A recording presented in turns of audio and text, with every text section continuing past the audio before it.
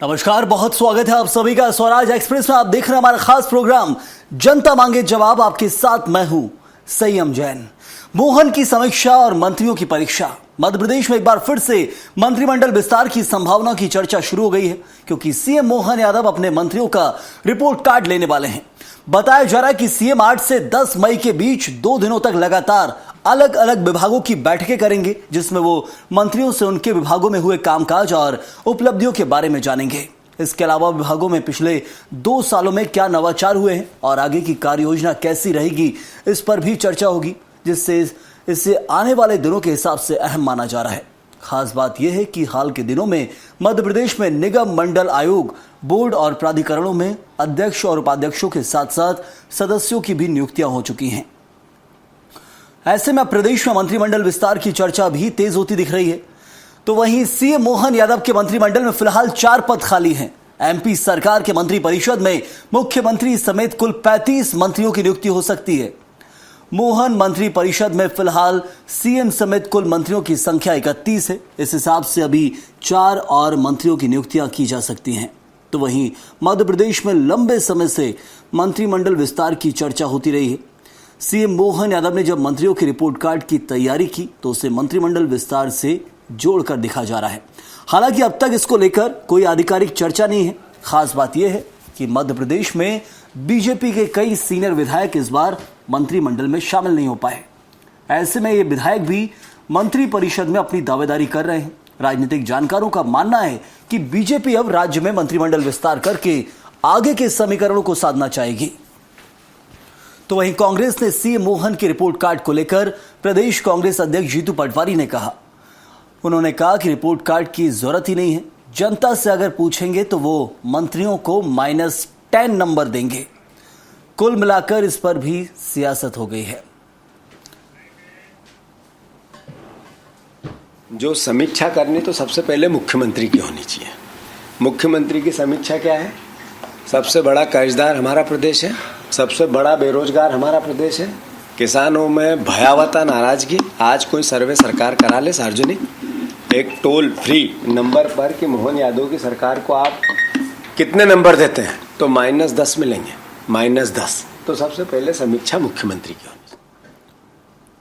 विभागवार समीक्षा भी होने जा रही है, जिससे सभी विभागों में अधिक से अधिक योजनाएं जनता के हित में दी जा सकें। कांग्रेस पार्टी जिनकी सरकार में मंत्रालय दलाली का अड्डा बन गया था, यहां तक कि भोपाल से 24 करोड़ और 10 जनपद तक भ्रष्टाचार का पैसा जाता था, वो आज सरकार के ऊपर सवाल उठा रहे हैं। और रही बात जनता के नंबरों की, तो लोकसभा चुनाव में 29-0 का नंबर कांग्रेस को प्रदेश की जनता ने दिया था। जीतू पटवारी जैसे नेता केवल झूठ और भ्रम फैलाते हैं, जमीनी सच्चाइयों से बहुत दूर है।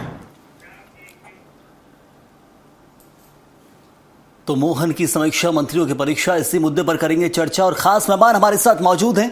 नितिन मोहन डेहरिया बीजेपी प्रवक्ता हैं, शिल्पी अग्रवाल कांग्रेस की प्रवक्ता। दोनों का बहुत स्वागत। और साथ में मौजूद हैं केस शाइनी, वरिष्ठ पत्रकार हैं। आपका ही बहुत बहुत स्वागत इस चर्चा में जुड़ने के लिए। नितिन मोहन जी, ये जो समीक्षा बैठक की जाती है, इसको लेकर कांग्रेस के जो आरोप है वो पुख्ता है। वो कहते हैं कि मंत्रियों की समीक्षा से पहले जरूरी है कि मुख्यमंत्री की समीक्षा हो, और समीक्षा तो जनता करेगी, -10 नंबर दिए जाएंगे। क्या कामकाज आपने किया है कि ऐसा विपक्ष आज तक संतुष्ट नहीं हो पाया? एक काम में आपके साथ सहमत नहीं है, और मंत्रियों की समीक्षा को लेकर भी सवाल उठेंगे, क्योंकि मुद्दे प्रदेश में ज्वलंत आए हैं, अलग अलग मुद्दे उठकर आए हैं। लेकिन उसके बावजूद मंत्रिमंडल विस्तार तो हो रहा है, लेकिन पुराने मंत्रियों का आकलन क्या कुछ निकला है, उसका निष्कर्ष भी इस जनता को चाहिए। देखिए, हम विपक्ष को संतुष्ट करने के लिए कार्य नहीं करते हैं। भारतीय जनता पार्टी जो है वो अपने सबका साथ, सबका विकास, सबका विश्वास और सबके प्रयास के संकल्प के साथ में संकल्पबद्ध है। साथ ही आज के परिदृश्य में आप देखिए कि अगर हम विपक्ष को प्रसन्न करने के लिए हम ये कार्य करते होते तो हम इतने लंबे वर्ष से, इतने लंबे कालखंड से मध्य प्रदेश में इतने लंबे समय तक के हमें जनाधार नहीं मिलता या जनता का आशीर्वाद नहीं मिलता। ये चीज जो हमारा जनाधार है, जो इतनी बहुमत के साथ में आज हमारी सरकार मध्य प्रदेश में बनी है, तो इन कहीं ना कहीं इसमें युवाओं का साथ है, इसमें किसानों का साथ में, इसे लेकिन विपक्ष भी तो जनता का ही चुना हुआ है ना, विपक्ष भी, नितिन जी, विपक्ष जनता का चुना हुआ, थोड़ा तो संतुष्ट करना पड़ेगा। यदि वो मुद्दे उठा रहे हैं, जनता को लेकर मुद्दे उठाए जा रहे हैं, तो उनको भी सुनना जरूरी है। यदि मंत्रिमंडल विस्तार की बात हो रही तो मंत्रियों की समीक्षा के ऊपर कह रहे हैं कि पहले मुख्यमंत्री की समीक्षा हो, ये आरोप लगाए जाते हैं। जी, निश्चित तौर पे ये जो हमारी समीक्षा बैठक होती है, हमारी पार्टी और हमारे दल का एक कार्य पद्धति है कि इसमें पहली समीक्षा स्वयं से शुरू होती है। हमारी समीक्षा कोई ऐसे नहीं होती है कि कोई उसमें सीनियर जूनियर होता है। हमारे संगठन की जो कार्य पद्धति है वो ही इसी तरीके की है कि सब वहां पे सामान्य रूप से सब एक स्तर पे आकर के एक दूसरे की समीक्षा करते हैं और अच्छे दिशा को निर्धारित करते हुए किस तरीके से हमें आगे बढ़ना है इस चीज का निर्धारण करते हैं। और जनता की बात सुनने वाली बात में एक मैं बात कहूंगा कि ये किसान और जनता की, युवाओं की, माताओं बहनों की आवाज सुनने वाली सरकार है। अगर ऐसा ना होती तो किसी की। चलिए, मैं प्रदेश में जो ज्वलंत मुद्दे रहे उनको लेकर पहले आपसे सवाल कर लेता हूं। जो ज्वलंत मुद्दे रहे प्रदेश के अंदर, वो सवाल ये है कि एक तरफ जब कब सिर्फ कांड हुआ तो शुक्ला जी यानी कि जो प्रदेश के स्वास्थ्य मंत्री, उप मुख्यमंत्री है, उनके खिलाफ आवाज उठाई गई, विरोध किया गया विपक्ष के द्वारा कि इस्तीफा दीजिए, लेकिन इस्तीफा नहीं लिया गया अजय शुक्ला का। और उसके बाद जब इंदौर में गंदे पानी पीने से लोगों की मृत्यु हो गई तो उसके बाद कैलाश विजयवर्गीय के इस्तीफे पर सवाल उठाया गया। वो विभाग की समीक्षा आपने की लेकिन कोई कार्रवाई नहीं की गई। अधिकारियों पर होती है, वो सामान्य रहा है। मंत्रियों पर क्या एक्शन होगा वो विपक्ष भी पूछता है, क्योंकि विपक्ष भी जनता की आवाज ही उठाता है, उन्हें भी जनता ने चुना है। तीसरा एक्शन की जब बात की जाएगी तो सड़कों की बात होती है। 90 डिग्री की सड़कें प्रदेश में बनी हुई है और उसको लेकर जब इस्तीफा मांगा जाता है राकेश सिंह का विपक्ष के द्वारा तो भी इस्तीफा नहीं हुआ। तो समीक्षा बैठक में सिर्फ अधिकारियों के क्यों कामकाज की समीक्षा की जाती है, वो मंत्रियों की क्यों नहीं होती है जो मंत्री विभाग संभाल रहे हैं? जी नहीं, पूर्ण रूप से हमारी जो समीक्षा होती है वो अनेकों स्तर पे, अनेकों तरीके की होती है। ये सिर्फ प्रशासनिक स्तर पे नहीं होती, शासनिक स्तर पे भी होती है। जहां पे जो जिस स्तर पे गलत होता है, आप एक तरफ में राकेश सिंह जी की ये बात निकाल रहे हैं कि 90 डिग्री ब्रिज के लिए उनके पे उंगली उठी, लेकिन कोई ये नहीं देख रहा है कि आज जबलपुर में जो क्रूज हादसा हुआ, अति संवेदनशीलता के साथ में रात भर कोई मंत्री 14 से 16 घंटे, ये तो जनता के चुनाव खड़े रहना पड़ेगा, जनता के चुने हुए नितिन जी खड़े रहना पड़ेगा। संवेदना है तो जनता भी उनके साथ खड़ी हुई है। हम विभाग की समीक्षा बैठक की बात कर रहे हैं, वो तो अच्छी चीज है, खड़ा रहना पड़ेगा। जबलपुर से आते हैं, वो नेतृत्व करते हैं। चलिए, मैं लौटता हूं आपके पास, शिंपी जी से जवाब लेता हूं। विपक्ष क्या कुछ कहना चाहता है इस वक्त? शिंपी जी, प्रदेश में अब समीक्षा बैठक होती है, मुख्यमंत्री के सारे विभाग हैं, उनके मंत्री हैं, समीक्षा होना स्वाभाविक है। क्या कुछ मांग की जाती है? आप लोगों ने बहुत इस्तीफे मांगे अतीत में, अब तक जब से मुख्यमंत्री मोहन यादव बने, मुद्दों को लेकर अलग अलग विभागों के मंत्रियों के इस्तीफे मांगे, कितने इस्तीफे आपको मिल गए? संयम जी, बहुत ही दुर्भाग्यपूर्ण है कि इस्तीफा तो खैर हमें एक भी नहीं मिला है, लेकिन प्रश्नों का खाका हमारा तैयार है सत्ताधारी दल के लिए। पहली बात तो ये है कि माननीय मुख्यमंत्री जी ये तीसरी से चौथी समीक्षा बैठक कर रहे हैं और विपक्ष हमेशा से ये कहता है कि उन्हें सबसे पहली समीक्षा बैठक तो गृह मंत्रालय से शुरू करनी चाहिए। ड्रग सिंडिकेट पकड़ा जाता है, नकली नोट सिंडिकेट पकड़ा जाता है, यहाँ तक तो ठीक था, लेकिन मार्च 2026 में एक इंटरनेशनल जो गैंगस्टर अब बन चुके हैं, उनके जो गुर्गे हैं वो मध्य प्रदेश के 6 व्यापारियों को, लॉरेंस बिश्नोई गैंग के गुर्गे 6 व्यापारियों को डेथ थ्रेट्स देते हैं। एक व्यापारी के घर के बाहर तो गोली भी चल जाती है। तो लॉ एंड ऑर्डर किस तरीके से मध्य प्रदेश में चल रहा है, इस पर मोहन यादव जी को तो सबसे पहले इस्तीफा दे देना चाहिए।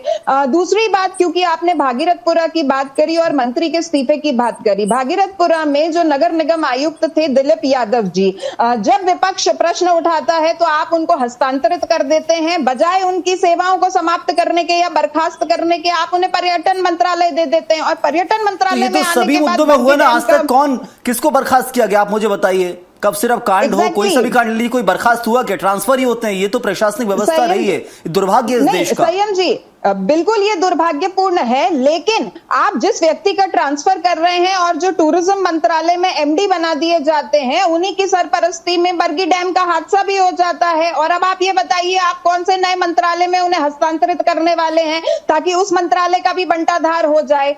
उसके बाद हम आपसे बताएं, जो आपने एमवाई हॉस्पिटल की बात करी, छिंदवाड़ा की बात करी, अब जबलपुर का एक और मसला स्वास्थ्य संबंधित निकल कर आ जाता है, जहां पर 2025 में जो पैरासिटामोल के सिरप्स थे वो 16,000 बच्चों को बांट दिए जाते हैं। और जब स्वास्थ्य विभाग इसका एक सैंपल भेजता है जिसकी रिपोर्ट 1 साल बाद आती है, तो पता चलता चलता है कि ये जितनी दवाइयां थी ये अमानक थी। आप अमानक दवाइयां 1 साल पहले 16,000 बच्चों को पिला चुके हैं। तो अब आप ये बता दीजिए कि शुक्ला जी का क्या आप इसके ऊपर इस्तीफा लेंगे? तो चले, मतलब जब मंत्रियों के विभागों की समीक्षा की बात आएगी ज्वलंत मुद्दे उठाए जाएंगे, क्योंकि सीधे कामकाज से जुड़ा होता है। शाइनी जी, मुद्दे ज्वलंत हैं, प्रदेश में आपके सामने भी रहे हैं। समीक्षा बैठक से क्या वो निष्कर्ष निकल पाया, वो एक्शन हो पाया? कभी अधिकारी आते हैं जाते हैं, ट्रांसफर अधिकारी आते हैं जाने के लिए, तो डायलॉग बन गया मेरे ख्याल से। वो इधर से वहां जा रहे हैं, यदि कोई लापरवाही ट्रांसफर हो गया, कितने एक्शन हुए, कितने बर्खास्त किए गए? संयम जी, पहले तो आपके दर्शकों को, पैनलिस्ट को मैं नमस्कार। देखिए, जैसे आपने कहा कि मध्य प्रदेश में अभी कुछ महीनों से कई मतलब हादसे दिखाई दिए। जैसे जबलपुर का जब क्रूज हादसा के अभी जिक्र करा था, तो आप ठीक है वहाँ पे मंत्री जी खड़े रहे, लेकिन उससे पहले जो सेफ्टी मेजर्स नहीं लिए और इतने लोगों के जान गए हैं और जो इंजर्ड हुए, उसके लिए कौन रिस्पॉन्सिबल है? तो एक बार हादसा हो जाता है, उसके बाद आप कहते हैं कि मंत्री वहाँ रात भर खड़े थे, बिल्कुल ठीक बात है, लेकिन वो हादसा नहीं होना चाहिए, इसके लिए जो प्रिकॉशन लेना चाहिए, जो स्टेप्स क्यों नहीं लिया जाता है? एक बार हादसा हो जाता है, उसके बाद आप जागते हो। दूसरी बात यह है कि मध्य प्रदेश में अभी जैसे आपने भी बताया सिरफ वाला जो कांड हुआ, तो उसमें बच्चे इतने मर गए। VIT कॉलेज में गंदे पानी से कई लोग बीमार हो गए, स्टूडेंट्स को छोड़ के जाना पड़ा। इंदौर में हुआ और कई ऐसे इंसिडेंट्स हुए हैं मध्य प्रदेश में। काटने से बच्चे मर गए। जी जी, बिल्कुल। हॉस्पिटल, हेल्थ है, रोड है, सारी चीजों में समस्याएं हैं। और ये जो समीक्षा बैठक है, ये हर 6 महीने में समीक्षा बैठक हो रहा है, लेकिन आपने देखा होगा कभी भी कोई एक्शन नहीं लिया है। बहुत सारे प्रेशर होते हैं और अभी ये जो हो रहा है इसमें ये माना जा रहा है, जहाँ तक मेरा जो संकेत मिले हैं, तो कई जो एग्जिस्टिंग मंत्री है, 4-5 मंत्रियों को हटाने का चल रहा है, जो कंट्रोवर्सी है जिनके ऊपर, और कुछ मंत्री जो सीनियर मंत्री जिनको पहले स्थान नहीं दे पाए थे उनको इंक्लूड किया जाएगा, और 4 स्थान जो है वेकेंट है उसको भी भरा जाएगा। क्योंकि आप देखिए कि चुनाव अब बहुत नज़दीक आ गया है। बंगाल के चुनाव के बाद काफ़ी मॉरल हाई है बीजेपी का, और वो कभी नहीं चाहेगी कि मध्य प्रदेश जैसा स्टेट जो है उनके हाथ से चले जाए, क्योंकि एक तरह से एक उनका गढ़ है यहाँ पे। अब इतने सालों से यहाँ पे रूल कर रहे हैं और बीजेपी इसके लिए पूरी तरह से प्रतिबद्ध है कि इसको वापस किस तरह से लिया जाए। जैसे आपने कहा, इस तरह के जो हादसे हुए हैं, ये गवर्नमेंट के लिए कोई बात है कि हटाया भी जा सकता है मंत्रियों को, क्या वाकई संभव है? सीनियर मंत्रियों की बात करूंगा, कैलाश विजयवर्गीय हो, आपको ध्यान होगा गुजरात में, जी गुजरात में आपको ध्यान होगा पूरे कैबिनेट मंत्री, क्योंकि ये दिल्ली से तय हुआ है, हम भी जानते हैं, आप भी जानते हैं, सब दर्शक जानते हैं दिल्ली से तय होता है। और आपको ये समीक्षा रिपोर्ट जो है वो भी दिल्ली जाता है और वहीं से जो इसकी कार्रवाई होती है। तो आपने देखा होगा कि गुजरात में जब पिछली बार कैबिनेट चेंज हुआ था, मुख्यमंत्री से लेके सारे मंत्रियों को हटा दिया था और पूरे नए तरीके से कैबिनेट फॉर्म हुआ था। तो ऐसा नहीं है कि यहाँ पे नहीं हो सकता कुछ भी।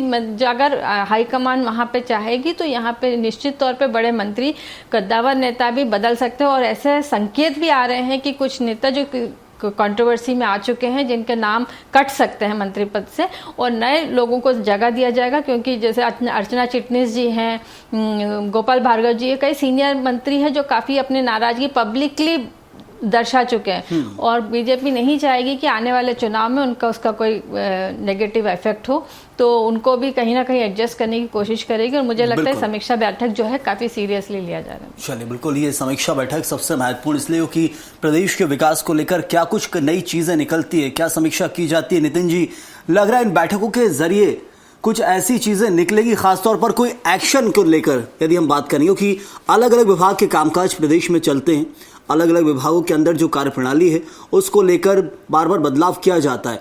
लेकिन मंत्रियों से जब समीक्षा की जाती है तो सिर्फ एक्शन का इंतजार हमको है, क्योंकि अब तक काम बहुत देखा है। एक्शन ऐसा होना चाहिए जिससे सुधार हो। अभी आप नगरीय प्रशासन विभाग उठाएंगे तो देखिए, सिर्फ गंदे पानी पीने से इंदौर के भागरतपुरा में लोग मरे, लेकिन आज प्रदेश के अलग अलग नगर पालिका ले लीजिए, गंदे पानी की समस्या है। वहां पर नाली वाला पानी नलों में सप्लाई होता है। जी नहीं, निश्चित तौर पे आपकी जो बात है, निश्चित तौर पे ये जो समीक्षा बैठक है ये राज्य की प्रशासनिक और शासकीय व्यवस्था की दृष्टि से बहुत ज्यादा महत्वपूर्ण है। और इस समीक्षा बैठक के बाद में निश्चित तौर पे आप देखेंगे कि इस तरीके के जो बिंदु है वो निकल करके, उस तरीके की कार्रवाई निकल के निश्चित तौर पे प्रशासनिक शासनिक स्तर पे आएगी। और हमारे संगठन की ये कार्य पद्धति है।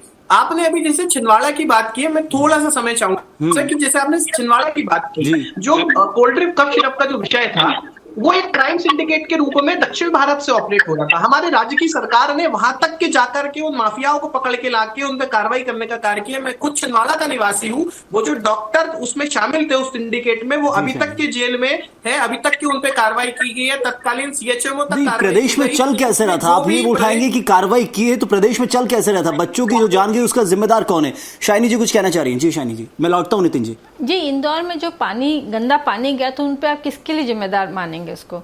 आपने जो एक छिंदवाड़ा के अस्पताल में नसबंदी हुई, वहां पे महिलाओं को 1 घंटे में आपने सारी महिलाओं को नसबंदी कर दिया। वो मतलब जमीन पे लेटी हुई थी, वो वीडियो इतना वायरल हुआ, सब आपने देखा होगा। तो ये तो आप किसी को ये नहीं कह सकते कि जो स्वास्थ्य विभाग है वो जिम्मेदार नहीं है इसके लिए। बिल्कुल नितिन जी, जवाब इसका? ये लापरवाही है, इन पर समीक्षा चाहिए हमें। प्रदेश में बहुत ज्वलंत मुद्दे, समीक्षा बैठक में इन चीजों पर समीक्षा होनी चाहिए। जीरो टॉलरेंस की हमारी जो जीरो टॉलरेंस की गवर्नमेंट है सर, ये हमारी कार्रवाई, ये जो जीरो टॉलरेंस की हमारी जो पॉलिसी है, त्वरित कार्रवाई प्रभाव से और आम नागरिकों को राहत देना ही हमारा संकल्प है। चलिए, शिल्पी जी संतुष्ट है इस बयान से कि लोगों को राहत देना हमारा जो संकल्प है, लेकिन वो संकल्प पूरा होता दिख रहा है क्या फिलहाल? देखिए संयम जी, भारतीय जनता पार्टी की सरकार संकल्प से सिद्धि तक की बात करती है, लेकिन कुछ भी धरातल पर इम्प्लीमेंट होते हुए नजर नहीं आता है। भारतीय जनता पार्टी 1 महीने छिंदवाड़ा कप सिरप मामले के ऊपर सोती रहती है और लास्ट में जब उन्हें तमिलनाडु में एक सिंडिकेट मिल जाता है तो उसके ऊपर ठीकरा फोड़ देती है। दूसरी बात यह है कि भागीरथपुरा का मसला था जिस पर हमने कैलाश विजयवर्गीय जी का इस्तीफा मांगा था। आपने अभी तक उसके ऊपर कोई जवाब नहीं दिया। दिलीप यादव के ऊपर आप कुछ बोल नहीं रहे हैं। मध्य प्रदेश में सरकारी गारंटी के ऊपर बैंकों का 2100 करोड़ रुपया डूब चुका है 3 योजनाओं में। आप इसके ऊपर बता दीजिए। आपके विधायकों के विजन डॉक्यूमेंट जो है वो तैयार हुए थे, जिसे उन्होंने सरकार के पास में जमा कराए थे। आज तक 5 करोड़ 15 करोड़ की पहली और दूसरी खेप का इंतजार कई विधायक कर रहे हैं, जो अपने क्षेत्रों के अंदर विकास कार्य नहीं कर पा रहे। आप उसके ऊपर बता दीजिए। आपसे अगर खनिज विभागों की बात करूं तो आपने 40 ई चेक गेट बनाए थे, जो आज तक आपके नियमों की शिथिलता की वजह से चालू नहीं हो पाए, जिसको आपने अवैध खनिज को रोकने के लिए किया था। आप उसके बारे में नहीं बोल पा रहे। गेहूं तुलाई के बारे में अगर बात करूं तो किसान किस तरीके से परेशान होते हैं और मुद्दे मुख्यमंत्री देख रहे होंगे तो मुझे लगता है समीक्षा की जरूरत नहीं है, यहीं पर समीक्षा हो जाएगी। हर एक विभाग को आपने घेर लिया है। विपक्ष का शानदार प्रदर्शन यहाँ देखने को जरूर मिल रहा है। एक एक मुद्दा आपने अलग अलग विभाग का उठा दिया। नितिन जी, अब क्या जरूरत है? यहीं पर समीक्षा कर लीजिए। देखिए कितने ज्वलंत मुद्दे गिना रहे हैं। भारत देश को इतने लंबे समय तक जी 2G जीजाजी जैसे घोटाले करके देश को लूटने का काम किया है। जो कांग्रेस पार्टी, मध्य प्रदेश कांग्रेस कमेटी, जो खुद वरिष्ठ उनको टूटे पड़े हैं, इतने सीनियर नेता है माननीय कमलनाथ जी, उनकी कितनी निर्णायक भूमिका। दिलीप यादव पे बात करिए, कैलाश विजयवर्गीय पे बात करिए, राजेंद्र शुक्ला पे बात करिए, खनिज विभाग पे बात करिए, कृषि मंत्रालय पर बात करिए, स्वास्थ्य मंत्रालय पर बात करिए, कितने लोगों को रोजगार दे दिया इस पर बात करिए। चक्कर में तो विपक्ष में बैठी है ना कांग्रेस। नितिन जी, 2G 3G के आप जिक्र करेंगे इसलिए तो विपक्ष दिया है। सत्ता करने के लिए आपको चुना गया है। 2G 3G के कारण उनको विपक्ष में बिठाया है। सत्ता में आपको इसलिए दिया गया है। लेकिन अब क्या गिनाने से मतलब है? वो वर्तमान ज्वलंत मुद्दे देखिए आप, मूलभूत सुविधाओं के मुद्दे, बिजली, पानी, सड़क सुरक्षा, रोजगार को लेकर आज बात की जाती है। हमारी समीक्षा सिर्फ खाना पूर्ति के लिए नहीं होती है, हमारी समीक्षा कार्रवाई के लिए होती है। जो हर समीक्षा बैठक के बाद में कार्रवाई आपको देखने को मिलती है।